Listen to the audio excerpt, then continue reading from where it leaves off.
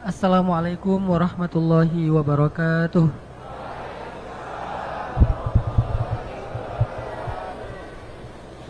Alhamdulillahi rabbil alamin.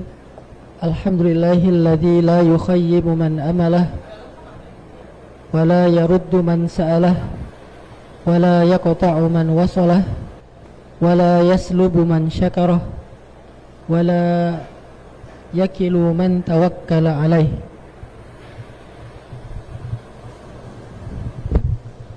Asyhadu an la ilaha illallah wahdahu la syarika lah wa asyhadu anna sayyidana Muhammadan abduhu wa rasuluhu alladzi la nabiyya ba'dah.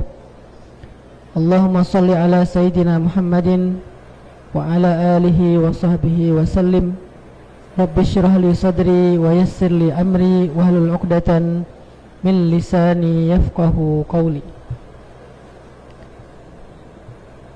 Pertama-tama sebelum kita memulai sharing dan kajian kita pada siang hari ini, marilah bersama-sama kita mengaminkan doa yang secara khusus kita persembahkan untuk saudara-saudara kita di Gaza, di Palestina. Doa untuk Masjidil Aqsa, masjidnya kaum muslimin. Semoga Allah Subhanahu wa taala menjadikan doa-doa kita sebagai senjata untuk membebaskan Al-Aqsa. Allah jadikan doa-doa kita sebagai obat untuk luka-luka yang ada di dalam hati dan tubuh kaum muslimin di Palestina. A'udzubillahi minasyaitonirrajim. Bismillahirrahmanirrahim.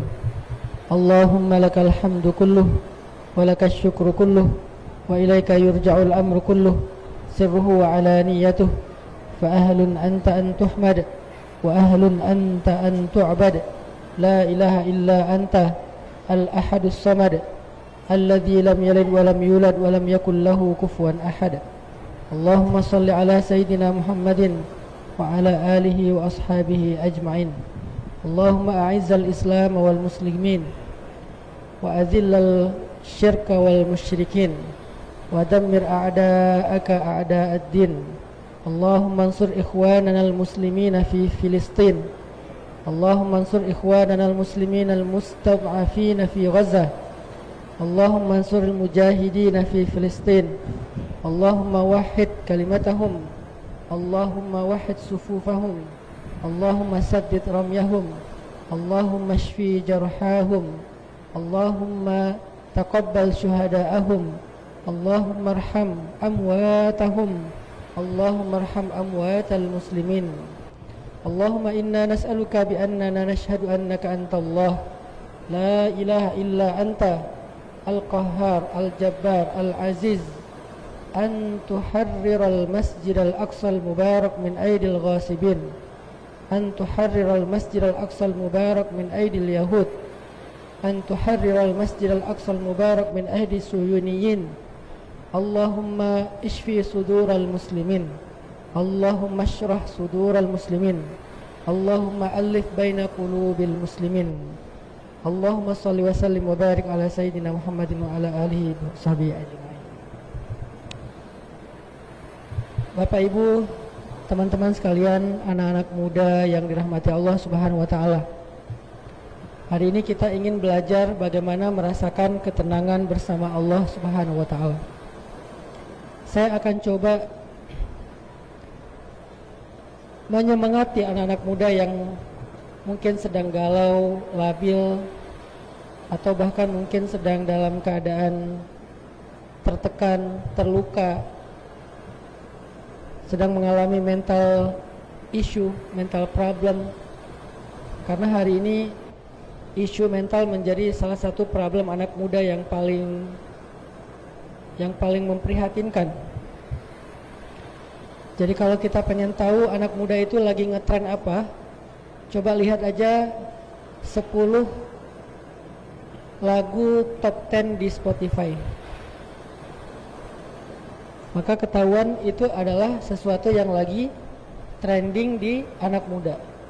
Dulu biasanya di Spotify itu top 10 lagu-lagunya itu selain ada cerita horor, ada kajian juga. Kalau lagu yang top 10 itu rata-rata tentang tema percintaan. Makanya dulu saya sering menyampaikan materi-materi tentang jomblo fisabilillah. Tapi sekarang tema percintaan itu udah menjadi tema yang kedua. Yang nomor satu paling ngehit di anak muda sekarang adalah tema mental. Makanya lagu yang cukup sering berada di papan atas top 10 di Spotify, di YouTube, trending TikTok, itu adalah lagu-lagu tentang mental issue. Misalnya tentang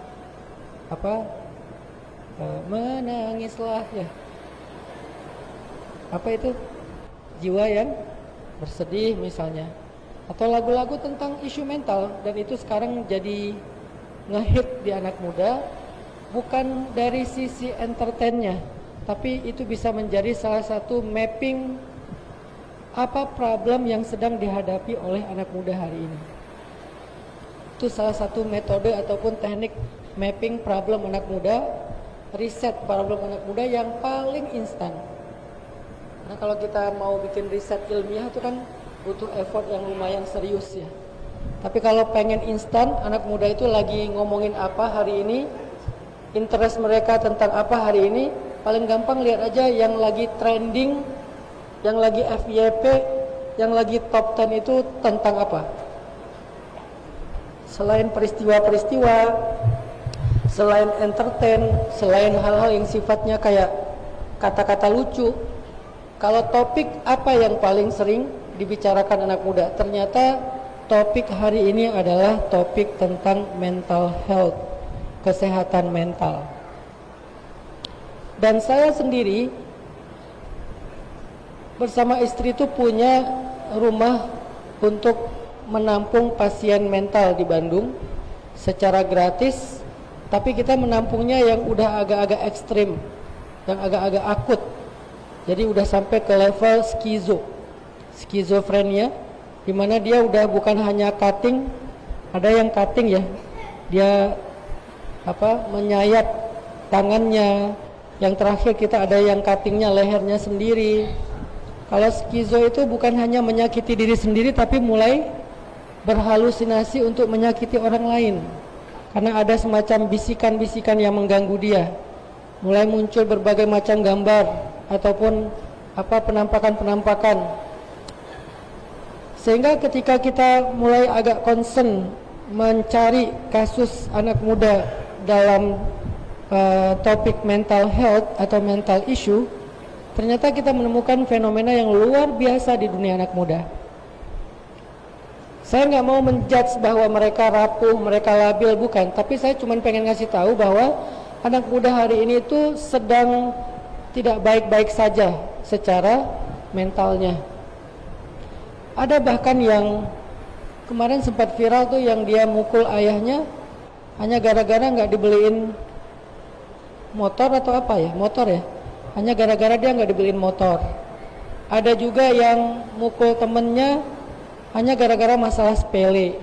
Ada yang pengen bunuh diri. Angka bunuh diri di Indonesia mulai signifikan pertumbuhannya, bukan pertumbuhan sebetulnya, peningkatannya mulai signifikan. Jumlahnya tuh semakin banyak. Mungkin sebagian kita, ayah bunda yang ada di sini, ngerasa bahwa oh itu kan di luar sana. Kita memang berta'awuz, berlindung kepada Allah agar hal-hal seperti ini tidak terjadi di dalam keluarga kita. Tapi jangan-jangan kita ngerasa tenang karena kita nggak bisa membaca indikasi. Halo? Kedengaran nggak, Bu? Kedengaran nggak?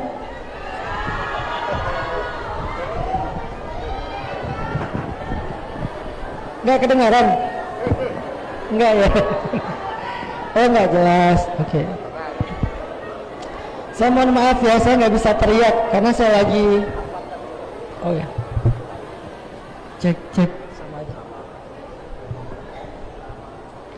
Oke, mungkin kita menyimak dengan hati ya.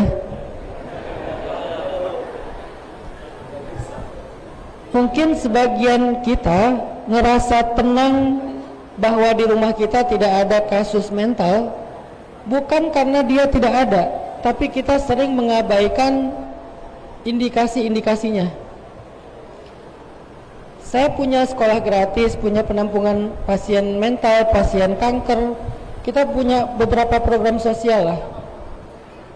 Dan ternyata sebagian dari pasien mental yang kita dapatin itu adalah mereka yang tidak cepat tertangani oleh orang tua atau keluarganya, gara-gara keluarganya ini nggak paham tentang ciri-ciri orang yang mengalami mental problem. Boleh sambil dipegang juga. Cek.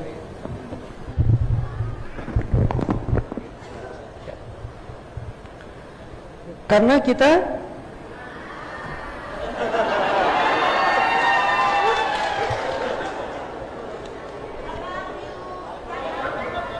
kita nggak paham tentang ciri-ciri anak muda yang sedang mengalami mental issue. Ciri-ciri ketika dia sedang mengalami long grieving process karena dia belum selesai dengan luka masa lalu. Mungkin dia mengalami trauma pengasuhan dari orang tuanya. Mungkin dia tertekan karena disuruh memilih salah satu jurusan di kampus yang bukan apa yang dia inginkan. Mungkin dia tertekan atau stres karena tuntutan menjadi anak pertama yang begitu tinggi dibandingkan adik-adiknya. Mungkin ini dan itu dan banyak sekali faktor atau trigger yang menjadikan hari ini kita ngerasa tidak tenang di dalam hati kita. Ada yang overthinking sehingga nggak bisa tidur dengan nyenyak. Ada yang nambah berat badannya karena stres tinggi. Ada yang kemudian menyakiti diri sendiri. Ada yang nggak berani lagi berharap dan merencanakan masa depan. Semua itu dalam Islam dikenal dengan istilah al-hammu wal hazan. Al-ham dan hazan. Al-ham atau humum adalah rasa sedih yang terlalu berat tentang masa lalunya, tentang masalahnya, tentang kalau sekarang mungkin salah satu penyebab humum itu adalah pinjol. Ini udah lumayan mengerikan ya, karena korbannya udah banyak sekali. Tapi saya bukan lagi menawarkan solusi kalau terjadi pinjol seperti apa. Saya lagi mau ngomong tentang preventif. Bagaimana kalau misalnya kita dilanda dengan rasa khawatir, rasa takut tentang masa depan, atau rasa nggak kuat menghadapi kenyataan, sehingga kita nggak merasa tenang. Akhirnya kita mencari solusi-solusi praktis dalam masalah hidup kita. Salah satu solusi praktis itu adalah pinjol, yang ternyata nggak praktis. Untuk dapetinnya gampang, tapi untuk bisa terlepas atau bebas darinya itu nggak mudah, apalagi bagi beberapa tingkat masyarakat dengan pendapatan mereka yang terbatas. Sehingga belajar tentang HAM atau humum itu bukan hanya belajar tentang ayat atau hadis, tapi sebetulnya kita sedang belajar tentang bagaimana mengelola perasaan dan mental kita. Kita lagi belajar tentang bagaimana hidup tenang ketika kita memahami tentang hakikat ma'rifatullah, mengenal Allah. Makanya dikenal dengan istilah humum atau hammun, atau dikenal juga dengan istilah hazanun. Hazanun itu adalah anxiety, yang hari ini orang banyak mengalami anxiety disorder, kecemasan yang mengusik, yang mengganggu, cemas tentang masa depan, cemas tentang hari esok, cemas kalau nanti ada laki-laki yang melamar dia, apakah laki-laki itu akan jadi suami yang baik atau tidak. Cemas dengan usianya yang sudah 29 tahun tapi belum menikah. Cemas dengan pekerjaan yang hari ini mungkin sulit untuk mendapatkan pekerjaan. Kecemasan yang mengusik dan mengganggu perasaan kita itu adalah hazan. Sehingga kita mengenal ayat yang sangat populer tentang bab hazan, la tahzan innallaha ma'ana. Jangan cemas. Sebetulnya terjemah lebih tepatnya bukan jangan sedih. Karena Nabi bukan sedang Abu Bakar bukan sedang sedih di situ, tapi sedang cemas, sedang khawatir, sedang takut. Apa yang dikuatirin oleh Abu Bakar dalam konteks ayat itu? Mengkhawatirkan keadaan Rasulullah SAW, mencemaskan keselamatan Nabi Muhammad SAW, takut terjadi apa-apa kepada Nabi Muhammad SAW ketika beliau bersembunyi di dalam gua Sur. Maka pakai istilah hazan. Sehingga dalam situasi seperti itu Nabi menenangkan kecemasan Abu Bakar dengan kalimat la tahzan, jangan cemas wahai Abu Bakar, jangan khawatir wahai Abu Bakar. Apa obat khawatir dan cemas? Innallaha ma'ana, Allah bersama kita. Atau cerita Abu Umamah. Abu Umamah itu pernah beberapa hari dilihat oleh Nabi selalu ada di masjid padahal belum waktunya sholat. Dia duduk di masjid, dia ngelamun, dia kayak orang susah. Dan Nabi SAW adalah orang yang sangat perhatian, sehingga Nabi datang kepada Abu Umamah bertanya, ya Aba Umamah, mabik, wahai Abu Umamah, apa yang kamu rasakan? Kenapa kamu? Kok aku ngelihat ma bali araka fi masjidin min ghairi waqtis shalah. Kenapa aku sering ngelihat kamu di masjid padahal belum waktunya salat? Apa yang kamu rasakan wahai Abu Umamah? Kemudian Abu Umamah menjawab, humumun wa duyunun ya Rasulullah. Saya sedang humum ya Rasul. Humum itu jamaknya hammun. Hammun itu artinya sedih. Berarti kesedihan yang berat, kesedihan yang sangat banyak, masalah yang lagi bertubi-tubi. Humumun wa duyunun ya Rasulullah. Aku lagi sedih ya Rasulullah. Aku lagi banyak hutang ya Rasulullah. Sehingga kemudian Rasulullah SAW menawarkan kepada Abi Umamah, kata Rasulullah, ala u'allimuka kalimat, boleh enggak aku ajarin kepada kamu, aku ijazahkan kepada kamu doa. Jika engkau baca itu di waktu pagi dan petang, Allah akan menghilangkan humum dan duyunmu. Maka kemudian Nabi mengajarkan kepada Abu Umamah, bacalah setiap pagi dan petang kalimat Allahumma inni a'udzubika minal hammi wal hazan wa minal ajzi wal kasal wa minal jubni wal bukhl wa min ghalabatid dain wa qahrir rijal. Kemudian Abu Umamah mengatakan, setelah saya mengamalkan doa ini setiap pagi dan petang, Allah pun menghilangkan sedih saya dan membayarkan hutang-hutang saya. Berarti ada dua kisah tentang rasa tidak nyaman di dalam hati. Yang pertama adalah kisah humum, rasa sedih, terluka, trauma tentang masa lalu, tentang kenyataan. Dan yang kedua adalah hazan, rasa takut, khawatir, cemas tentang masa depan. Yang satu terjadi kepada Abu Umamah dan yang kedua terjadi kepada Abu Bakrin. Apa obat dari kedua perasaan yang gak nyaman ini? Humum wal hazan, hamma wal hazan. Nabi SAW mengajarkan dalam hadis riwayat Al-Baihaqi, kata Nabi, al-imanu bil qada'i wal qadar yuzilul hamma wal hazan. Beriman kepada takdir akan menghilangkan hamma wal hazan, rasa sedih atau luka dan juga rasa cemas atau takut di dalam hati manusia. Ternyata obat dari al-hamma wal hazan, rasa enggak nyaman di dalam hati kita, itu adalah salah satunya al-imanu bil qada'i wal qadar, beriman kepada takdir. Ternyata begitu cara kita menghilangkan rasa hamma wal hazan. Kenapa banyak orang yang masih trauma dengan masa lalu tidak berani membuka diri untuk masa depan? Karena dia nggak terlalu yakin dengan takdir. Dia hanya tahu tetapi dia nggak benar-benar beriman dengan takdir. Misalnya apa? Misalnya tentang sakit hati karena pernah ditinggalkan. Seorang perempuan yang takut untuk membuka diri setelah gagal dengan pernikahannya yang pertama. Seorang laki-laki yang takut untuk mencintai perempuan lagi karena mungkin pernah diselingkuhi oleh pacarnya, padahal bukan oleh pasangan halalnya, hanya oleh pacarnya. Kenapa bisa trauma? Ya karena dia takut akan ngalamin lagi ke perasaan yang gak nyaman seperti itu di masa depan.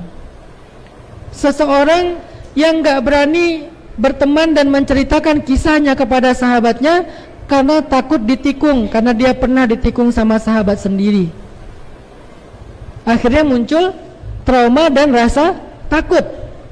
Seorang perempuan yang tidak berani membuka hati karena takut terluka.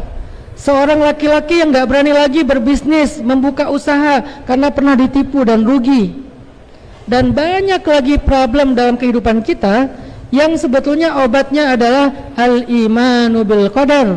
Kita yakin semua itu sudah ditulis oleh Allah 50.000 tahun sebelum Allah menciptakan semesta. Lalu tulisan itu ditulis ulang lagi 40 hari sebelum Allah meniupkan ruh ke dalam rahim ibu kita. Disitulah ditulis takdir kita, bahwa pada saat ini kita akan begini, pada saat ini kita akan begitu. Semuanya sudah ditakdirkan oleh Allah. Artinya orang yang beriman kepada takdir dengan iman yang baik akan muncul rasa ridho, rasa ikhlas. Oh, ini ketetapan dari Allah. Oke, dia tetap sakit hati, itu manusiawi. Saya nggak mau terjebak di dalam apa yang disebut dengan positivity toxic. Apa itu positivity toxic? Memaksakan orang untuk selalu positif, perfect, idealis, tetapi kurang realistis. Kamu harus kuat, kamu nggak boleh nangis, kamu nggak boleh mengeluh. Itu terlalu positivity toxic, kurang realistis, kurang bijak. Saya paham, kita manusia, wa khuliqal insanu dha'ifa. Manusia itu memang diciptakan lemah. Manusia itu halu'a, labil. Idza massahu syarru jazu'a wa idza massahul khairu manu'a. Dia kadang terombang-ambing ke kanan dan ke kiri. Itulah manusia. Manusia itu ajula, tergesa-gesa. Manusia itu fi khusrin, dalam kerugian. Dan kita harus memaklumi kondisi itu. Kita tuh dasarnya lemah. Jadi enggak usah berpura-pura kuat. Kan kau juga manusia. Ya. Jadi jangan berpura-pura kuat. Aku harus kuat, aku enggak boleh mengeluh. Mengeluh enggak apa-apa sesekali selama tidak kufur nikmat. Merasa enggak berdaya enggak apa-apa, memang kita enggak mampu. Mau menangis, bahkan air mata itu adalah rahmat Allah. Kenapa nggak boleh menangis? Kalau nangis, nangis aja. Terus kalau terluka, Ustadz, ya memang terluka. Masa mau disengaja dan nggak disengaja? Yang namanya terluka itu ya terluka aja udah. Tapi pertanyaannya, bagaimana cara kita sembuh? Bukan nggak boleh terluka. Kita tetap terluka kok dengan orang yang menyakiti perasaan kita. Tapi gimana biar kita sembuh? Maka kita belajar dari takdir, bahwa semua itu bukan 100% hanya kesalahan orang tersebut, tetapi musibah itu terjadi karena kehendak, ketetapan dan rencana Allah. Tapi kita nggak boleh kasih titik sampai di sini ya. Nanti kita malah nyalahin Allah. Apa maunya Allah? Kenapa Allah tega sama saya? Itu karena dikasih titik. Kalau saya nggak mau langsung ngasih titik, ini masih koma nih. Sehingga belajar tentang rukun iman yang keenam, al-imanu bil qada'i wal qadar, beriman kepada takdir, itu harus tuntas. Nggak boleh sekedar kita meyakini bahwa takdir itu ada, tapi kita nggak tahu outputnya apa dalam keseharian kita. Kalau kita paham apa yang kita alami dalam hidup itu adalah ketetapan Allah, pertama akan muncul rasa ridho. Orang Indonesia nyebutnya ikhlas. Walaupun yang lebih tepat istilahnya ridho. Kalau ikhlas itu identiknya dengan ibadah. Kalau untuk kondisi hidup istilahnya adalah ridho. Oke, kita pakai istilah Indonesia aja. Kalau kita paham semua yang kita alami itu adalah ketetapan Allah, kita akan ikhlas ngejalaninnya. Ya Allah, Engkau tetapkan saya miskin, saya ikhlas. Engkau tetapkan saya kaya, apalagi ya? Ada yang gak ikhlas jadi orang kaya? Kamu kenapa sedih? Kaya. Aneh kan ya? Rata-rata yang sedih itu miskin. Allah, Engkau tetapkan saya putus dari orang yang saya sayangi. Udah gitu dia jadian sama teman yang tempat saya curhat. Saya ikhlas. Ya Allah, saya tersandung jatuh, saya ikhlas. Ya Allah, saya sakit, saya ikhlas. Ya Allah, saya belum punya pasangan, saya ikhlas. Ya Allah, saya udah menikah tapi belum dikaruniai anak, saya ikhlas. Pertama, hasil dari al-imanu bil qada'i wal qadar yuzilul hamma wal hazan, dalam bentuk ikhlas, ridho dengan ketetapan Allah. Makanya muncul kalimat raditu billahi rabba. Rabba, yang mengatur, yang merencanakan, yang menciptakan, yang memiliki, yang menguasai, yang menjaga, itu rabba. Arti kalimat rabb, Rabbal alamin, Rabbul alamin, Rabbil alamin, artinya yang menciptakan semesta, yang merencanakan semesta, yang mengatur semesta, yang memiliki semesta, yang menjaga semesta. Dialah Allah. Sehingga kita raditu billahi rabba, aku ridho dengan semua pengaturan Allah. Itu arti raditu billahi rabba. Bukan aku ridho Allah sebagai Tuhan, bukan. Aku ridho dengan semua pengaturan Allah. Aku ridho dengan semua rencana Allah. Aku ridho dengan semua kehendak keputusan Allah. Aku ridho dengan hidup yang Allah berikan kepadaku. Itulah kalimat raditu billahi rabba. Kok bisa dia ridho? Karena dia orang yang beriman kepada takdir. Udah ditulis 50.000 tahun sebelum diciptakan semesta.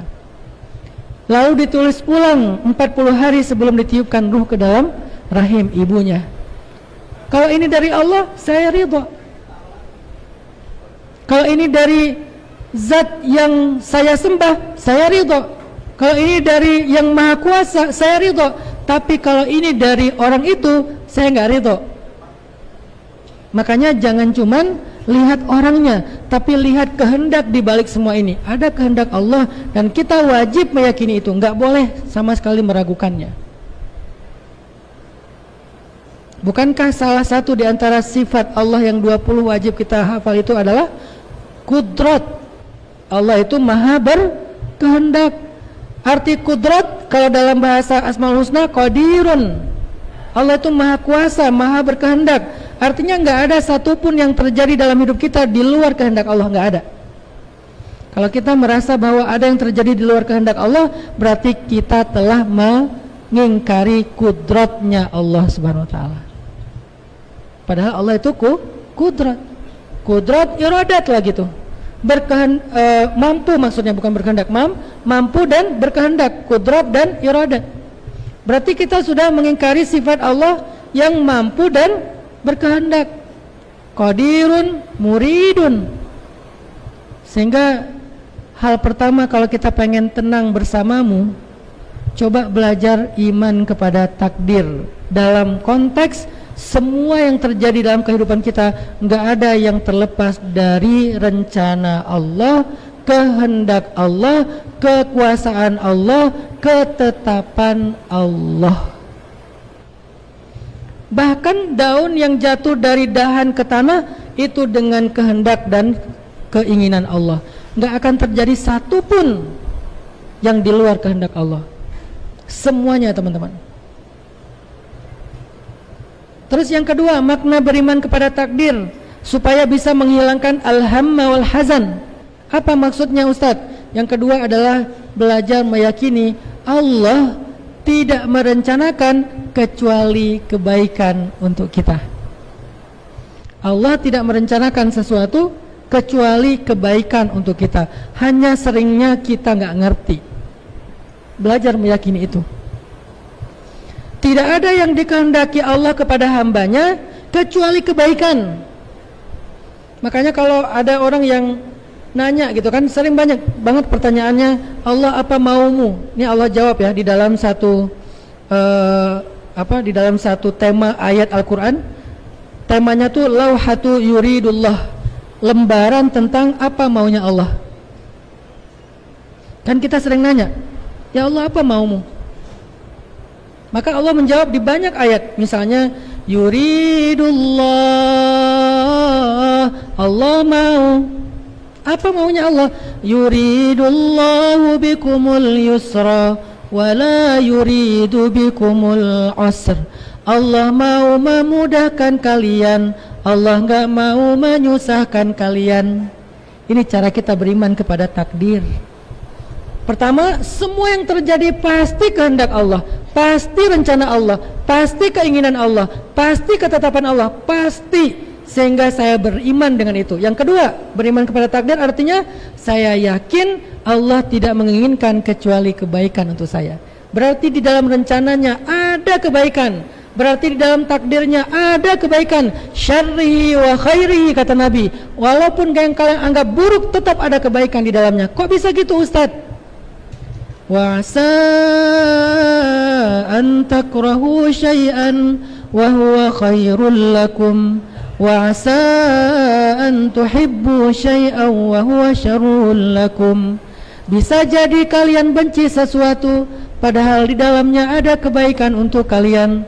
Bisa jadi kalian menyukai sesuatu padahal itu buruk untuk kalian. Terus gimana kita tahu? Wallahu ya'lamu wa antum la ta'lamun. Allah lebih tahu sedangkan kalian tidak tahu. Jadi jangan sok tahu. Yang terakhir itu bukan ayat ya. Itu tafsiran saya. Artinya jangan merasa lebih tahu dari Allah. Allah lebih tahu kok. Yang penting kan Allah tidak menginginkan kecuali kebaikan buat kita. Dan Allah lebih tahu mana yang baik buat kita. Kita nggak tahu. Sehingga saya yakin takdir saya terjatuh, takdir saya ditinggalkan, takdir saya disakiti, semua ada kebaikan di dalamnya. Kok bisa gitu? Karena bisa jadi saya benci sesuatu padahal di dalamnya ada kebaikan. Bisa jadi saya menyukai sesuatu padahal di dalamnya ada keburukan. Allah lebih tahu dan saya nggak tahu. Masih belum ngerti juga? Tambahkan dengan ayat yang lain. Fa inna ma'al usri yusra, inna ma'al usri yusra. Bersama kesulitan ada kemudahan, bersama kesulitan ada kemudahan. Berarti ketika Allah bilang yuridullahu bikumul yusra wala yuridu bikumul usra, Allah ingin memudahkan kalian, Allah tidak ingin menyusahkan kalian. Bagaimana cara Allah memudahkan kita? Gimana cara Allah memudahkan kita itu gimana? Allah memberikan kemudahan bersama kesulitan. Kenapa harus gitu Ustadz? Kenapa nggak kasih aja kemudahan tanpa embel-embel kesulitan? Kenapa harus ada syarat dan ketentuan? Kenapa nggak dimudahkan saja? Saya kasih analogi. Allah kalau ingin membantu hambanya yang nggak bisa berenang, Allah nggak selalu ngasih dia pelampung, tetapi Allah kadang mengajarkan dia cara berenang. Kalau seorang ayah sayang kepada anaknya, anaknya belum bisa berenang, maka kasih sayang yang mudah itu adalah dengan cara diberikan pelampung. Dibeliin jaket pelampung, dibeliin pelampung balon, dibeliin pelampung bentuknya bebek atau apa, supaya anaknya nggak tenggelam. Tapi tingkat sayang yang lebih besar lagi adalah bukan dikasih pelampung terus, tapi diajarin anaknya berenang. Tapi yang namanya diajarin berenang, kadang masuk air ke hidung, kadang masuk air ke telinga, seharian teng ya. Kadang dia kecapean, kadang dia kelelep, kadang dia mengeluh, namanya juga diajarin berenang. Maka kelelepnya, mengeluhnya, masuk air ke hidungnya, masuk air ke telinganya, usrun. Tapi bisa berenangnya adalah yusrun. Apakah usrunnya lebih besar daripada yusrun? Enggak, usrunnya kecil dibandingkan yusrunnya. Kesulitannya kecil dibandingkan kemudahannya. Karena sejak dia bisa berenang, dia akan bisa explore laut kemana aja. Saya ngajarin anak saya berenang. Saya senang surfing, senang free dive, senang cliff dive, loncat dari tebing yang beraliran laut ya. Yang saya belum coba itu diving yang benar. Kalau free dive sering, kalau diving saya belum pernah. Karena saya senang olahraga adventurous, main skateboard, snowboarding, surfing dan seterusnya. Akhirnya saya ajarin anak saya berenang biar dia bisa nemenin saya kalau lagi di laut. Pas awal-awal belajar berenang mereka minta kayak apa, pelampung segala macam, atau yang kayak dari plastik itu yang kotak mereka pegangin, terus kaki mereka dulu yang gerak. Lama-lama saya ambil satu persatu pelampung itu, saya biasakan mereka untuk water trapping sendiri, mereka ngapung sendiri. Awal-awalnya masuk air ke hidung, saya ajarin mereka tahan nafas dulu, ajarin mereka gimana cara water trapping dulu, mulai gerakan yang paling gampang gaya katak, kemudian mulai gaya bebas dan seterusnya. Tapi awalnya mereka ngeluh, Baba jahat, namanya anak kecil ya. Dia manggil saya Baba, umurnya 4 tahun. Baba jahat, aku disuruh berenang, akhirnya aku sakit, hidung aku merah hidungnya, telinganya aku sekarang masih kerasa nih, telinga aku peka dan seterusnya. Dia awalnya bilang saya jahat. Tapi setelah beberapa kali diajarin berenang, nggak lama kok, cuman nggak sampai 2 minggu lah, semingguan lah, 2 hari sekali, karena kebenaran di belakang rumah ada kolam renang umum, saya coba ajarin di situ. Setelah mereka udah bisa water trapping, udah bisa mulai berenang yang nyaman, saya ajaklah ke laut. Tadinya kalau diajak ke laut mainnya di pasir, ada ombak datang, oh gitu-gitu doang. Nggak pernah mereka berenang dengan turtle, nggak pernah mereka ngelihat yang namanya manta. Akhirnya karena udah bisa berenang, mau nggak Baba ajak lihat manta? Akhirnya saya ajak mereka free dive, nggak snorkeling aja, karena kalau snorkeling doang pakai pelampung ngelihat manta dari jarak jauh. Kalau bisa dia free dive masuk, dia ngelihat manta ya jarak semeter lah. Akhirnya bisa bikin konten bareng dengan manta, naik kayak gitu kan. Akhirnya mereka ngerasa, ya Baba baik banget ya ngajarin kita berenang, sehingga sekarang kita bisa berenang bareng turtle, berenang bareng manta, bisa cliff dive di tempat yang agak dalam. Karena kalau cliff dive-nya dangkal kan bahaya banget ya. Alhamdulillah pas cliff dive muncul lagi, kebayang kalau nggak bisa berenang nggak muncul-muncul. Artinya kemudahannya jauh lebih banyak dibandingkan kesulitannya. Allah kalau sayang kepada kita, maka Allah ingin memudahkan kita dengan cara sedikit memberi kesulitan. Itu logis. Kenapa kita protes? Makanya ketika kita tanya, ya Allah apa maumu? Yuridullahu bikumul yusra wala yuridu bikumul usr. Allah pengen mudahin kalian, Allah nggak pengen nyusahin kalian.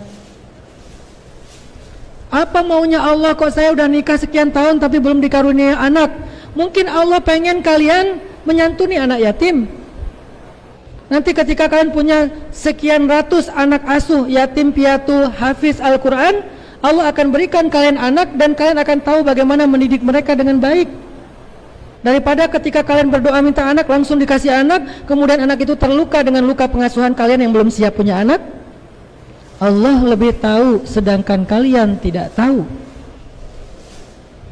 Maka beriman kepada takdir dengan makna yang kedua, untuk mengobati rasa hamma wal hazan dalam hati kita adalah beriman bahwa Allah selalu menginginkan yang baik-baik untuk kita. Kita aja yang sering salah paham. Saya kasih contoh juga, ini pengalaman pribadi saya. Tahun 2017 kalau nggak salah. Waktu itu saya lagi belum terlalu banyak main sosmed, belum banyak ceramah di luar kota. Saya punya beberapa usaha. Kalau sekarang saya udah nggak sempat ngurus usaha saya. Saya dulu punya usaha jual beli pulsa.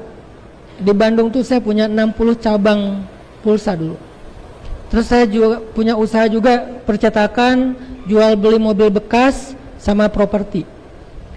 Sejak saya fokus ke pemuda hijrah bikin tren anak muda, ya sebagian besar atau mungkin semuanya udah berhenti sekarang karena fokus bikin sekolah.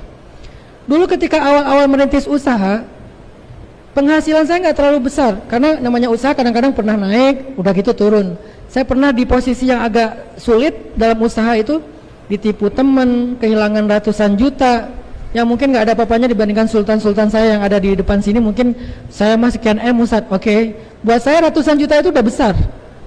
Itu tabungan saya sekian lama hilang, pernah 200 juta, pernah 100 juta, ya mungkin adalah lebih dari setengah M. Sedang terpuruk-terpuruknya, suatu saat saya akhirnya punya usaha kecil aja yang penghasilan bulanannya paling 3 juta, 2 juta untuk bisa makan. Tiba-tiba ada satu orang teman nawarin saya proyek, keuntungannya 15 juta. Bagi saya yang sudah sekian bulan penghasilannya 2 juta, 3 juta, dapat proyek dengan penghasilan 15 juta, itu sesuatu yang sangat menggembirakan. Saya ikutlah dalam proyek itu, waktu itu tentang percetakan. Saya akhirnya ikut, alhamdulillah dapat profit 15 juta. Pegang uang cash 15 juta nih. Selang seminggu ketika saya punya uang 15 juta, tiba-tiba saya dapat musibah, kena DBD. Saya baru pulang surfing di daerah Batu Karas, Pangandaran. Pulang dari sana saya udah demam, pas sampai di Bandung diperiksa ternyata kena DBD. Masuklah ke rumah sakit. Karena saya ngerasa punya uang 15 juta, biar saya juga bisa istirahat, istri saya yang nungguin bisa istirahat, saya memilih rumah sakit di kamar yang sendiri, nggak join dengan pasien lain. Akhirnya saya pilih kamar, dirawat dengan kamar yang ada TV-nya, ada sofa bednya, ada kulkasnya. Istri saya bisa istirahat juga di situ. Dokternya spesialis. Kalau dokter spesialis itu kan memotivasi ya, wah ini penyakit kecil nih sebentar lagi juga sembuh kan gitu ya, nggak nakut-nakutin kan. Akhirnya nyaman lah. Setelah beberapa hari dirawat, akhirnya dibolehkan pulang sama dokter. Saya nebus biaya rumah sakit habis persis 15 juta. Sampai di rumah saya ngahuleng. Saya mikir, Masya Allah, Allah itu baik banget ya. Coba bayangin ya, angle-nya tuh beda. Allah itu baik banget ya. Kenapa? Allah tahu seminggu lagi saya akan butuh uang 15 juta untuk berobat. Karena di dalam takdir, saya sudah ditakdirkan seminggu lagi akan sakit DBD. Karena Allah pengen memudahkan saya dalam berobat, minggu yang lalu saya dibekali 15 juta sama Allah. Seolah-olah Allah ngasih 15 juta itu ngomong, nih ya buat berobat minggu depan. Gitu kan? Bagi orang yang beriman kepada kehendak Allah. Tapi bagi mereka yang jahil, bagi mereka yang nggak paham maksudnya Allah, dia akan bilang apa maunya Allah. Baru seminggu saya pegang uang 15 juta, kok diambil lagi dengan musibah? Kamu nggak paham, 15 juta itu bukan buat kamu pegang, bukan buat kamu simpan. Memang Allah kasih buat kamu berobat. Kurang baik apa Allah sama kamu? Hanya beda sedikit di switch angle berpikirnya, bisa berubah dari kufur menjadi syukur. Ada teman ngasih kita uang 15 juta, dia bilang ke kita, nih ya buat kamu berobat minggu depan kalau kamu sakit. Pas kita sakit, terus kita bilang dia baik banget ya, tahu saya akan sakit dikasih 15 juta, kita bersyukur kan? Tapi kalau kita nggak paham, kita akan mengatakan kok tega ya, dia ngambil lagi uang 15 juta padahal dia ngasih ke saya minggu yang lalu.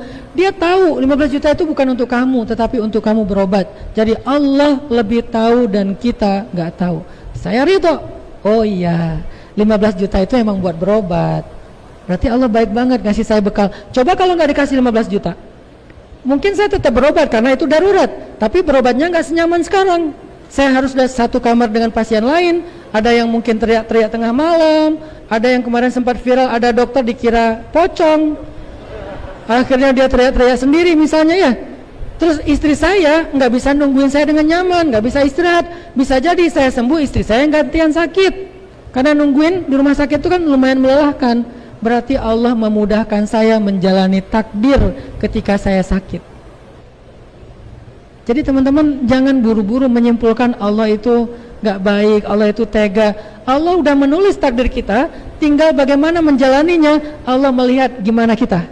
Aku tergantung prasangka hambaku kepadaku. Kalau kita berprasangka baik kepadanya, Allah jadikan kita mudah menjalani takdir itu. Toh takdir itu tetap harus kita jalani.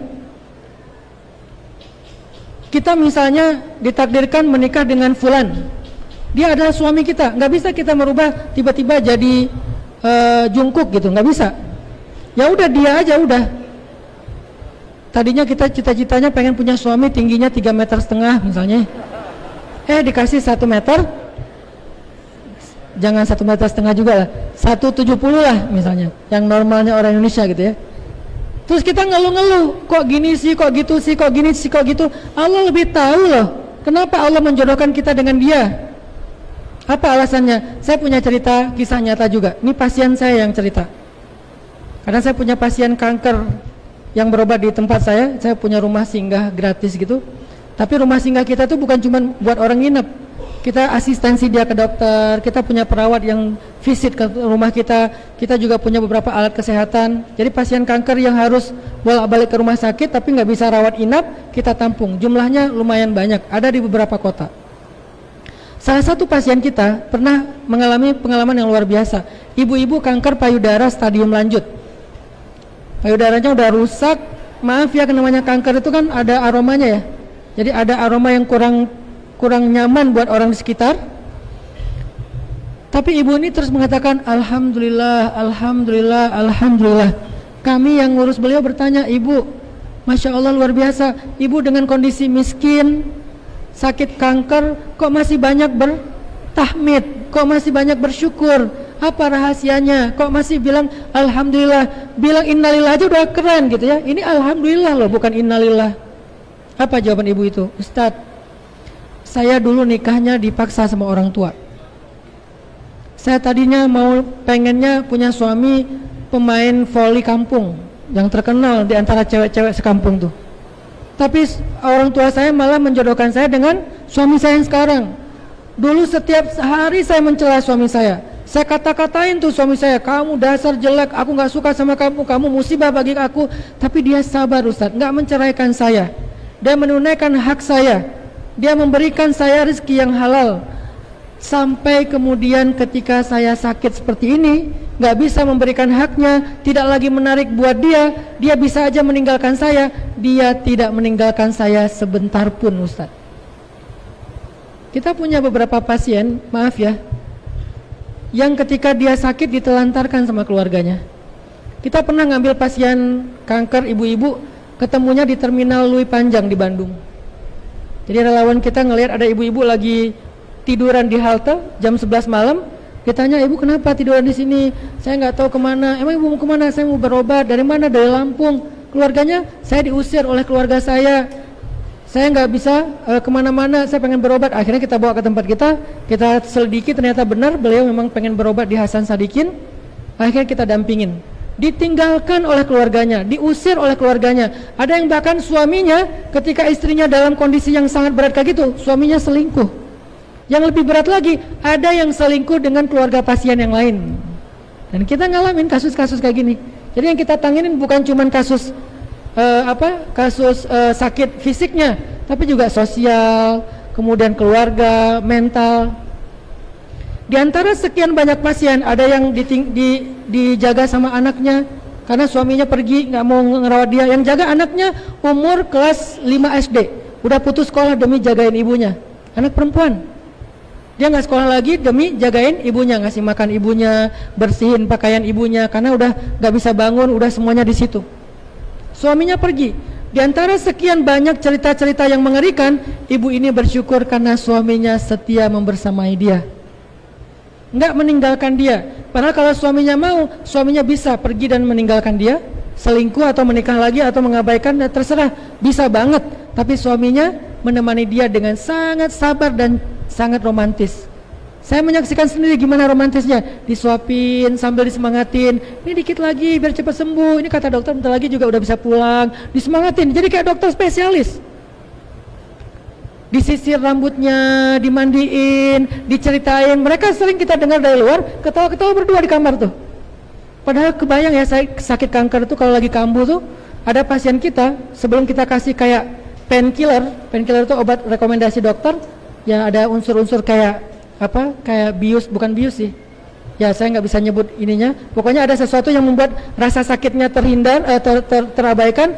Sebelum kita kasih painkiller, ada pasien ketika kambuh sakit kankernya, dia gigit lidah sampai berdarah dan nggak kerasa sakitnya.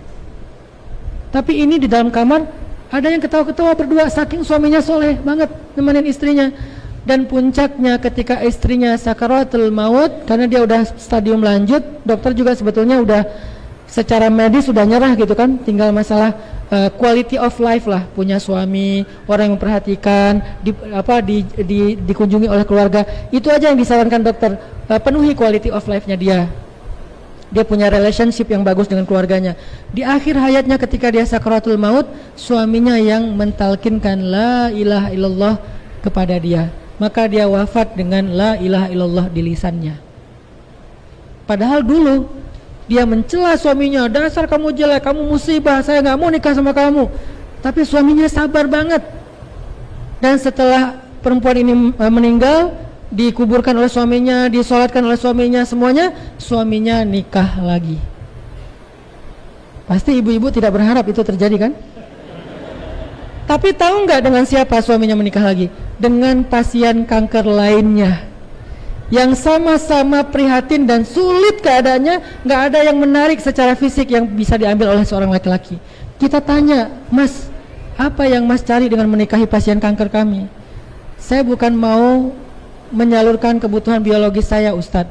Saya nikah bukan karena nafsu, Ustadz. Saya menikah karena saya ingin merawat dia, Ustadz. Itulah laki-laki langka hari ini ya Bu ya. Ternyata masih ada, dan sebagian besarnya sekarang ada di masjid Baitul Haq, insyaallah.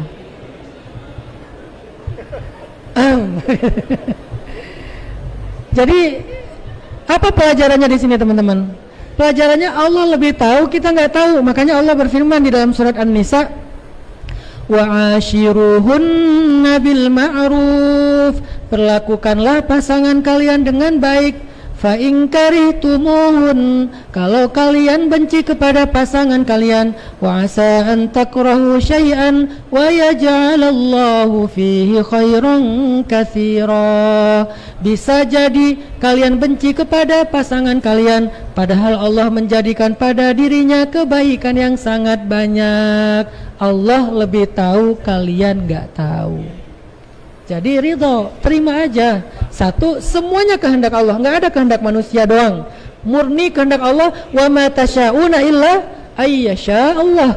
Kita nggak bisa berkehendak kecuali dengan kehendak Allah. Tapi Allah tidak menghendaki kecuali yang baik buat kita. Lalu kenapa ada orang yang mengalami keburukan? Karena dia berburuk sangka kepada Allah, dan Allah seperti persangkaan hambanya kepadanya. Hanya kadang-kadang kebaikan itu butuh waktu dan kita harus sabar untuk menunggunya. Mata nasrullah, kapan datangnya pertolongan Allah? Masadhumul ba'sa wadh-dharra wazulzilu. Semua ujian udah saya alami Ustaz. Ba'sa ujian fisik saya alami, dharra ujian harta saya alami, zulzilu ujian perasaan saya alami. Mata nasrullah, kapan datangnya pertolongan Allah? Allah jawab, ala inna nasrullahi qarib. Udah dekat. Apa maksud udah dekat di sini? Banyak kita membaca ayat ini tapi nggak ngerti. Katanya udah dekat, kok masih belum datang juga Ustadz? Tahu nggak udah dekat itu artinya apa? Itu sebuah pola. Allah lagi ngajarin kita sebuah pola. Pola apa? Biasanya pertolongan Allah itu semakin dekat ketika kesusahan kita semakin berat. Persis seperti pola perempuan melahirkan. Semakin sering kontraksinya, semakin mendekati waktu lahirannya. Semakin sakit kontraksinya, semakin mendekati waktu melahirkannya. Kalau masih ketahan berarti masih lama. Kayaknya masih seminggu lagi tuh, karena munculnya kontraksi palsu. Muncul lebih sering, sehari sekali, udah dekat. Sehari 2 kali, udah dekat. Sehari berkali-kali, makin dekat. Ketika udah gak ketahan lagi, dia bilang ke suaminya, mas aku gak tahan lagi, mas aku gak tahan lagi. Berarti sudah sangat dekat. Itu maksudnya.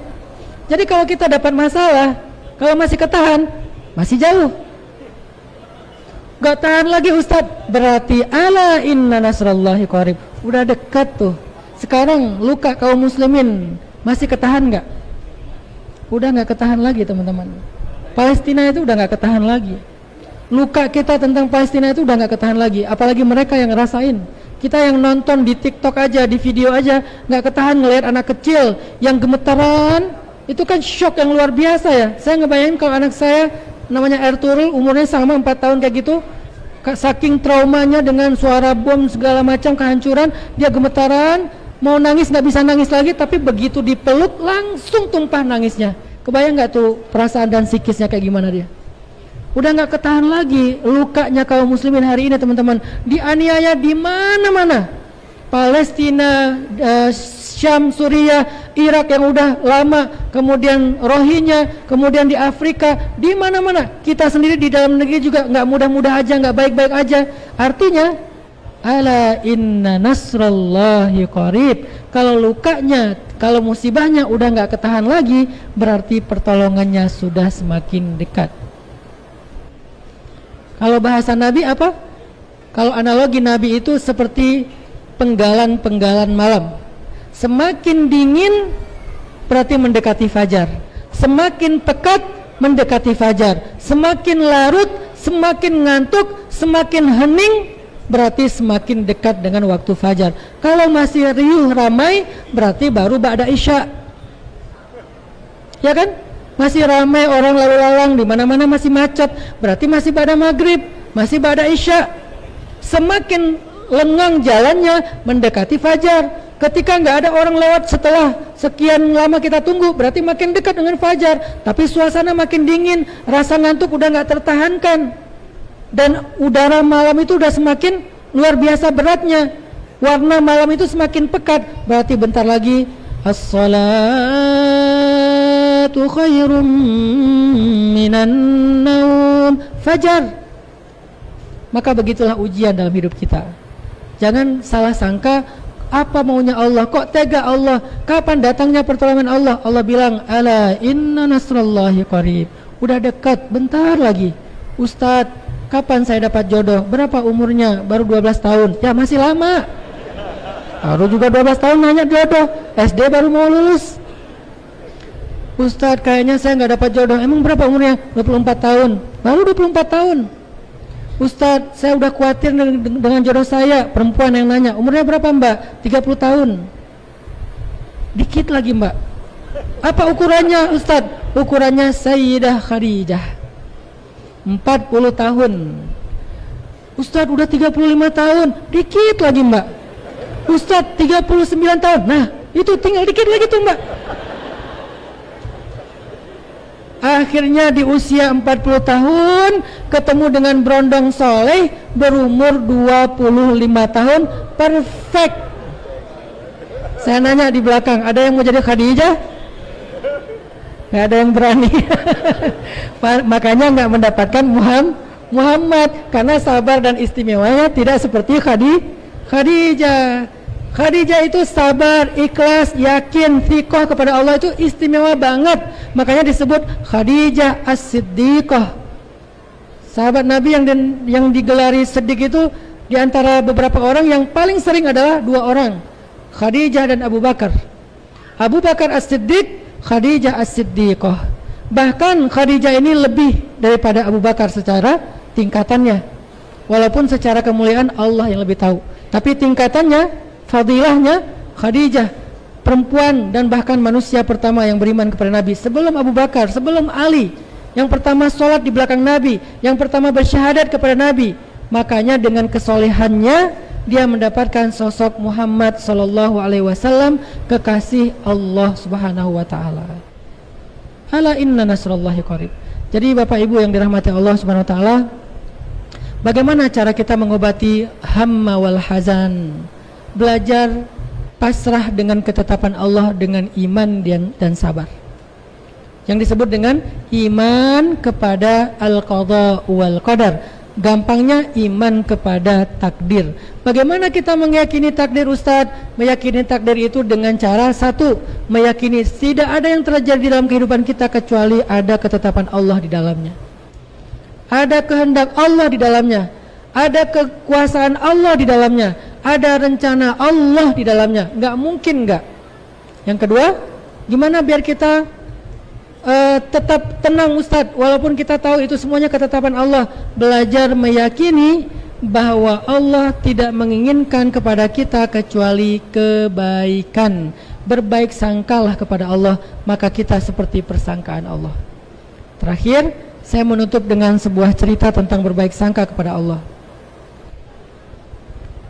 Ada seorang nenek-nenek datang kepada Nabi Musa. Dia bilang gini, ya kalim Allah, saya udah menikah sekian tahun belum dikaruniai anak. Boleh nggak saya minta engkau minta kepada Allah supaya saya dikaruniai anak? Nabi Musa kemudian bilang ke Allah, karena Nabi Musa itu bisa bicara dengan Allah. Ya Allah, ada seorang nenek-nenek minta anak. Allah bilang, wahai Musa, sampaikan kepada dia takdirnya dia tidak akan punya anak. Takdir 50.000 tahun sudah dicatat, 40 hari sebelum ditiupkan ruh sudah dicatat. Takdirnya ibu ini nggak akan punya anak. Akhirnya Nabi Musa bilang, nek, maaf ya, takdir nenek nggak akan punya anak. Oh gitu ya, ya udah pulang. Besok balik lagi, Nabi Musa, nenek yang kemarin, ya, oh ada apa? Minta tolong kepada Allah supaya saya dikaruniai anak. Bukannya kemarin udah? Ya siapa tahu hari ini bisa. Akhirnya Nabi Musa, ya Allah, nenek yang kemarin, wahai Musa, takdirnya dia nggak akan punya anak.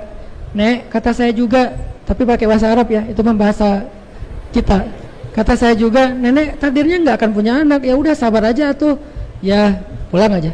Besok balik lagi, Nabi Musa, nenek yang kemarin minta anak ya? Ya kan takdirnya nggak akan punya anak. Siapa tahu hari ini bisa. Ya Allah, nenek itu masih kekeh minta anak. Wahai Musa, takdirnya nggak akan punya anak. Nek, udahlah, nenek nggak akan punya anak. Udah takdirnya kayak gitu. Kenapa sih nggak ikhlas aja, terima aja? Ya pulang. Nggak balik-balik. Dikirain udah ridho. Balik-balik setelah sekian lama bawa bayi. Assalamualaikum, waalaikumsalam. Nabi Musa, ini nenek yang dulu? Iya. Ini siapa? Anak saya. Anak gimana? Anak biologis. Anak saya, anak kandung. Gimana ceritanya nenek punya anak? Kan takdirnya gak akan punya anak. Tanya aja sama Allah. Akhirnya Nabi Musa tanya, ya Allah, gimana cerita si nenek itu bisa punya anak? Allah menjawab, ya Musa, setiap kali dia datang meminta anak, aku katakan dia takdirnya gak akan punya anak, dia pulang sambil berdoa, ya Rahim irhamni, ya Rahim irhamni. Wahai Allah yang maha pengasih, maha penyayang, kasihanilah saya, sayangilah saya, beri saya anak. Dia datang lagi, saya bilang takdirnya gak akan punya anak, dia pulang lagi, ya Rahim, ya Rahim, ya Rahim irhamni. Datang lagi dia gak akan punya anak, ya Rahim, ya Rahim, ya Rahim. Wahai Musa, sesungguhnya rahmatku mendahului takdir, dengan itu aku merubah takdirnya sehingga dia punya anak. Maka Allah berfirman di dalam surat At-Taghabun, yamhullahu ma yasha'u wa yuthbit wa indahu ummul kitab. Allah menghapus apa yang dia kehendaki dan menetapkan, di sisinya lah ada kitab takdir. Artinya Allah berkehendak menghapus takdir dan merubahnya dengan rahmat Allah Subhanahu wa taala. Maka la tai'asu min rauhillah, jangan putus asa kepada Allah. Tenanglah karena hidup kita dijamin oleh Zat yang maha baik. Justru kita nggak akan tenang kalau kita ragu kepada Allah. Maka harusnya orang yang beriman, iman itu dalam bahasa Arab berasal dari kata yang sama dengan aman. Berarti mukmin orang yang merasakan aman hatinya. Kenapa dia aman? Karena dia beriman. Beriman kepada siapa? Kepada Zat yang maha baik. Dan Zat yang maha baik itulah yang telah merencanakan hidup dia dengan cara yang paling baik. Semoga kita bisa memahami hakikat dari rukun iman yang keenam, yaitu al-imanu bil qada'i wal qadar. Barakallahu fikum. Wa 'azimi sultanik.